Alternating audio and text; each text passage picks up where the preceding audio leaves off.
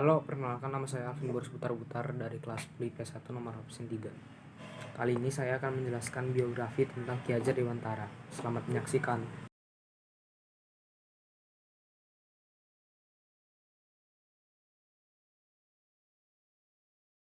Ki Hajar Dewantara lahir pada tanggal 2 Mei tahun 1889 di Pakualaman di India, lalu meninggal pada tanggal 26 April 1959 di Yogyakarta, Indonesia pada umur ke-69 tahun. Lalu Ki Hajar Dewantara juga pernah menjadi Menteri Pengajar Indonesia pertama pada tanggal 2 September 1945 sampai 14 November 1945. Tanggal kelahirannya yang sekarang diperingati di Indonesia sebagai Hari Pendidikan Nasional. Bagian dari semboyan ciptanya yaitu Tururi Handayani menjadi slogan Kementerian Pendidikan Nasional Indonesia. Namanya diabadikan sebagai salah satu nama kapal perang Indonesia yaitu KRI Ki Hajar Dewantara. Potret dirinya diabadikan pada uang kertas pecahan Rp20.000 edisi tahun 1998.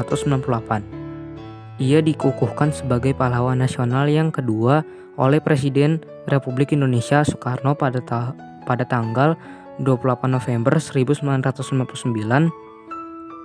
Masa muda dari Ki Hajar Dewantara sendiri berasal dari lingkungan keluarga Kadipaten Pakualaman, putra dari GPH Surjaningrat dan cucu dari Pakualam III. Ia menamatkan pendidikan dasar di ELS, yaitu Sekolah Dasar Eropa atau Belanda. Kemudian sempat melanjutkan ke Stovia, yaitu Sekolah Dokter Bumi Putra, tetapi tidak sampai tamat karena sakit. Kemudian ia bekerja sebagai penulis dan wartawan di beberapa surat kabar, antara lain Sediotomo, Midden Java, The Express, Utusan India, Kaum Muda, Jajah Timur, dan Pusara. Pada masa-masanya, ia tergolong penulis yang handal. Tulisannya komunikatif dan tajam dengan semangat anti kolonial. Lalu aktivitas Ki Hajar Dewantara. Selain ulet sebagai seorang wartawan muda, ia juga aktif dalam organisasi sosial dan politik. Sejak berdirinya Budi Utomo tahun 1908, ia aktif di seksi propaganda untuk menyosialisasikan dan menggugah kesadaran masyarakat Indonesia terutama Jawa pada waktu itu mengenai pentingnya persatuan dan kesatuan dalam berbangsa dan bernegara. Lalu kongres pertama Budi Utomo di Yogyakarta juga diorganisasikan oleh dia. Suwardi Muda atau Ki Hajar Dewantara juga menjadi anggota Insulinde, suatu organisasi multiteknik yang didominasi kaum Indonesia yang memperjuangkan pemerintahan sendiri di Hindia Belanda atas pengaruh Ernest Douwes Dekker, ketika kemudian Douwes Dekker mendirikan Indisch Party. Suwardi diajak pula olehnya. Lalu sewaktu pemerintah Hindia Belanda berniat mengumpulkan sumbangan dari warga termasuk pribumi untuk perayaan kemerdekaan Belanda dari Prancis pada tahun 1913, timbul reaksi kritis dari kalangan nasionalis termasuk Suwardi atau Ki Hajar Dewantara. Ia kemudian menulis EN for Allen Maar Ok Allen for Een atau satu untuk semua tetapi semua untuk satu juga. Namun kolom KHD yang paling terkenal adalah Seandainya Aku Seorang Belanda yang memiliki judul asli Als ik een Nederlander was, yang dimuat dalam surat kabar The Express pimpinan Dendels pada tanggal 13 Juli 1913. Isi artikel ini terasa pedas sekali di kalangan pejabat Hindia Belanda. Beberapa pejabat Belanda menyaksikan tulisan ini asli dibuat oleh Suwardi atau Ki Haji Dewantara sendiri.